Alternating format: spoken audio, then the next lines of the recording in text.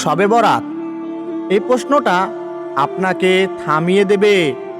একটু কল্পনা করুন, আজ রাতে যদি নবীজি সাল্লাল্লাহু আলাইহি সাল্লাম হঠাৎ আপনার সামনে এসে বলেন, চাও, যা খুশি চাও, আমি দেব, 1 সেকেন্ডের সময় নিন। আপনি কি চাইবেন?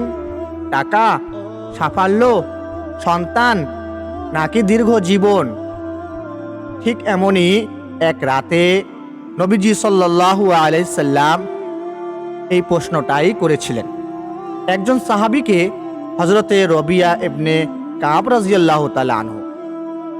কিন্তু অবাক করার বিষয় কি জানেন? তিনি সঙ্গে সঙ্গে কিছু চাননি। তিনি বলেছিলেন, ইয়া রাসূলুল্লাহ, আমাকে একটু ভাবার সময় দিন। বন্ধুগণ, তিনি কি ভেবেছিলেন? তিনি ভেবেছিলেন এই দুনিয়া একদিন শেষ হয়ে যাবে, এই শরীর মাটিতে মিশে যাবে, এই নাম, এই পরিচয় সবই ফুরিয়ে যাবে। তারপর তিনি নবীজি সাল্লাল্লাহু আলাইহি সাল্লামের সামনে ফিরে এসে বললেন এমন কথা যেটা শবে বরাতের রাতকে কাঁপিয়ে দেবে। ইয়া রাসূলুল্লাহ, আল্লাহর কাছে আমার জন্য দোয়া করে দিন যেন তিনি আমাকে জাহান্নামের আগুন থেকে মুক্তি দেন। নবীজি সাল্লাল্লাহু আলাইহি সাল্লাম বললেন, এমন কথা তোমাকে কে শিখিয়েছে? তিনি বললেন, কেউ না, আমি নিজেই বুঝে গিয়েছি দুনিয়ার সব কিছু একদিন শেষ হয়ে যাবে, কিন্তু পরকাল চিরস্থায়ী। বন্ধুগণ, আজ শবে বরাতের রাত ঠিক এই প্রশ্নটাই আমাদের সামনে দাঁড় করিয়ে দেয়।